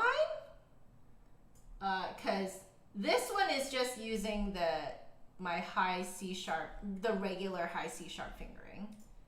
The other ones, no. Partially because I have to reach so far for the C sharp trill. If I'm gonna go really fast, I don't have that time. So the very high one. So you are talking about that super high one. So the super high one does not use the high C sharp trill. Does it not? Yeah, I don't think it does. Yeah. So that one does not use the C sharp trill. But it is a very weird fingering, to be certain. Yeah. High C sharp is no thumb. It very, very strange. Okay. Yeah. Good question. Okay. So Magic Monkey is telling me to look elsewhere while doing this. I'll try playing like this. I just want to be within shot still. Okay, there you go. So this time around, I'm going to focus on making sure that when I go low, I'm not like drawing my jaw in and smashing the flute into my face. That's what I'm focusing on right now. Okay.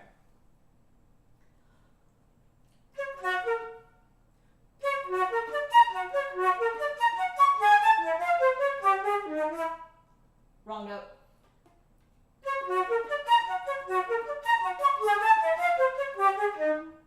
Oh, goodness. F augmented. Okay.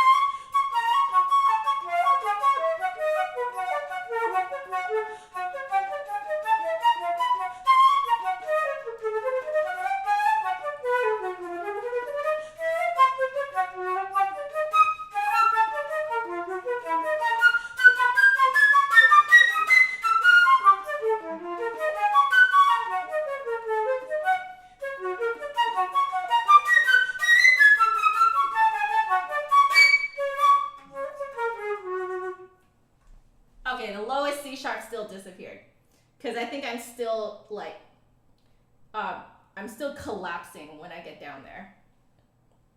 But it was pretty good. I would say not too bad.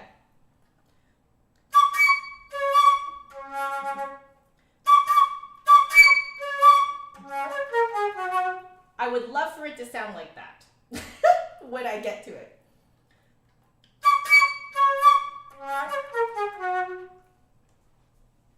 Ooh, you guys notice my lower back expansion? Hey, okay. Caleb, thank you so much. Okay. You know, not bad. I would say that, like, I know this etude very well now. I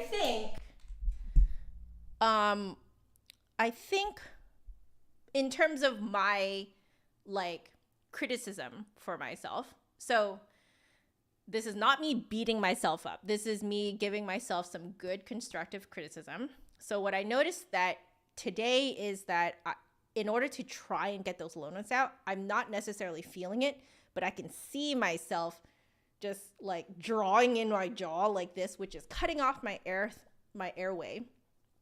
And so you can hear that the note completely disappears, right? So I'm going like this. And I wonder if that is actually a slightly nervous quirk of mine. So it's very important for you guys to know what your nervous quirks are, because this is very powerful information. Because this will tell you what it is that you need to counteract when you play it under a high stress situation. Now, I'm not just saying that playing for you guys is high stress, but I know for a fact that some of you have not been watching me practice this, right? So it kind of feels like coming to a lesson and presenting what I practiced, you know? And so there is some nervousness in me while I'm playing this. And I think it's a nervous quirk of mine. I've never really caught this before, but I think I do it all the time. Every time I'm nervous and I try to play low notes, I go like that. So I think that is really good information to know, because I just tried it now playing this way, and I just made sure that I was never doing it. I succumbed to it once, which is right at the end for that low C sharp. I did not trust myself. I have to just like free fall trust myself, you know? So that is my constructive criticism to myself, is that I need to remember to not play low notes like that. This is an etude? Yes. It's an etude. Yeah. Or at least it's considered an etude. I believe it's technically called his caprices, right? Studies. So yes, it's an etude. Yeah, you don't want to look up either. That's true. You don't want to look up, but I definitely was like, and not feeling it. Therefore, since I'm not feeling it, to me, it feels normal. So by comparison, it feels like I'm looking up for the low notes. You see, you know what I mean? Yeah. Hello, Jaden. I'm so sorry, but I'm actually about to end my stream. I'm about to end my stream. I'm so sorry. So the chin down that I'm talking about leads to back of the neck tension. Oh, you're right. I just tried it right now. How many of you guys are trying this right now? Yeah, you can feel that tension right back there when you do that. Oh, and that totally does like cut off your airway when you do that. That would explain why that low C sharp just went disappeared, you know? So that's what I have to work on. I'll keep working on this, I think, for the next little while. And maybe for another couple weeks, I would say, just to solidify it even more. Make sure those low notes are coming out nice and strong, especially after figuring out what we figured out today. So the joyful balance, I love it. Low notes should be high, high notes should be low. Yes, that's like, it should feel like you're aiming for a low note when you're playing a high note. It should feel like you're aiming for a high note when you're playing for a low note. Like it kind of feels like that, I would say. So yeah. Do I have my stream schedule posted somewhere? I did post it on Facebook, Instagram, and Twitter. I posted it this morning. And also, Jaden, please like, subscribe. Well, you're subscribed because you can talk in the thing, in the chat, but hit the bell notification. Hit the bell underneath this, because then YouTube will, like, especially if you have YouTube downloaded on your phone, it should send you a notification when I'm live. So, and if you go to, I believe it's justanotherflutist.com/schedule. Just another flutist /schedule, right? Is that right? Schedule? Yes.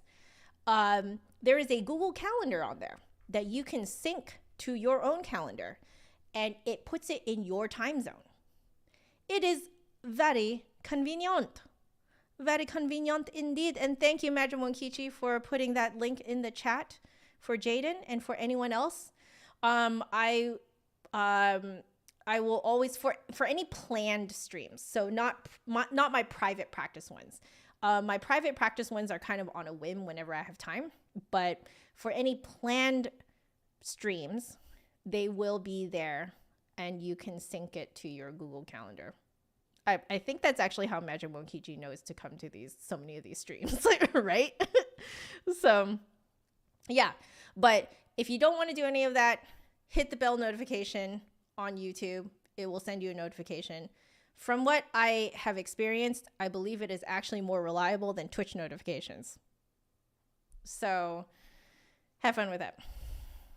Yeah, I feel you, Jaden. That's actually why I wanted to do more of my like practice streams, because my private practice streams are when I'm also not working. So I tend to catch other people who are also not working, you know? So then you can still like watch. If you become a member, you can join in the chat while I am private practicing too. You can have your virtual tea, coffee. It's a great time. Yeah. Who, you? What? What?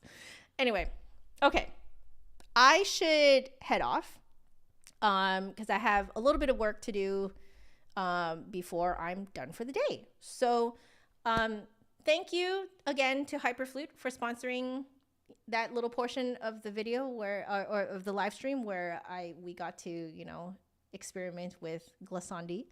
And, yeah, use code HyperJaff for 15% off your copy of Hyperflute Volume 1.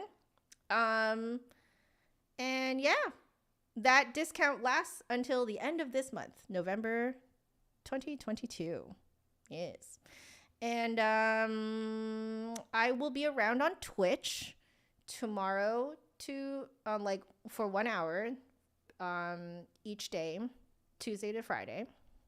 So if you want to catch me, please head on over there to twitch.tv/justanotherflautist, because I couldn't get just another flutist because I lost the password to it. And I probably will not do a private practice stream on Saturday because I am getting a COVID booster shot the day before. And the last time I got a COVID booster shot, I thought, it's just a booster shot. Can't be too bad, right? I was wrong, and I was out for a little while. It basically didn't hit me until I think it was like 8 or 9 hours after I got the shot, and then I was not doing well for the next 24 hours-ish. So I've already kind of pre-planned that Saturday is just going to be a full potato day. So if you guys look at my stream schedule posted on my social media, you will notice that there's no stream that day. Now, if I happen to be feeling pretty okay and I want to practice, then I will. But I'm going to guess this is not going to happen. So yes, I'm getting a booster. Yeah. The booster knocked you out for 24 hours, but the first two COVID shots, you didn't feel anything. The second COVID shot was bad. Worse than the booster. Like, it was so bad for me. So yeah, I'm not taking any chances this time. Okay. Well, we even scheduled it on a Friday so that I know that I could teach the rest of my students that day and then just become a potato. This will be shot number 4 for us. Yeah. And we planned it because we are going to see quite a few people in December. And so we're like, we want to make sure that we have our boosters 2 weeks before we see people. So for anyone who is visiting a lot of people in December, get your boosters. Right now is around a really good time to get your boosters. Okay. All right. People, get your boosters. And, because at least if you do catch COVID, then it won't be so bad. So anyway, I think I have done enough rambling. I will definitely say hello to Ninja Hubs for you, Magic Monkichi. No worries on that. I just want to thank you all for just providing such a really fun environment today. And yeah, you guys are really lovely, really sweet, and I'm very lucky to have you guys as a community. So yeah, you guys are awesome. So anyway, I will see you guys on Twitch tomorrow if you guys have some time. All right. And also, I will be streaming here again, same time, same type of thing, next week at 2 p.m. Pacific again. Okay? Laters, guys.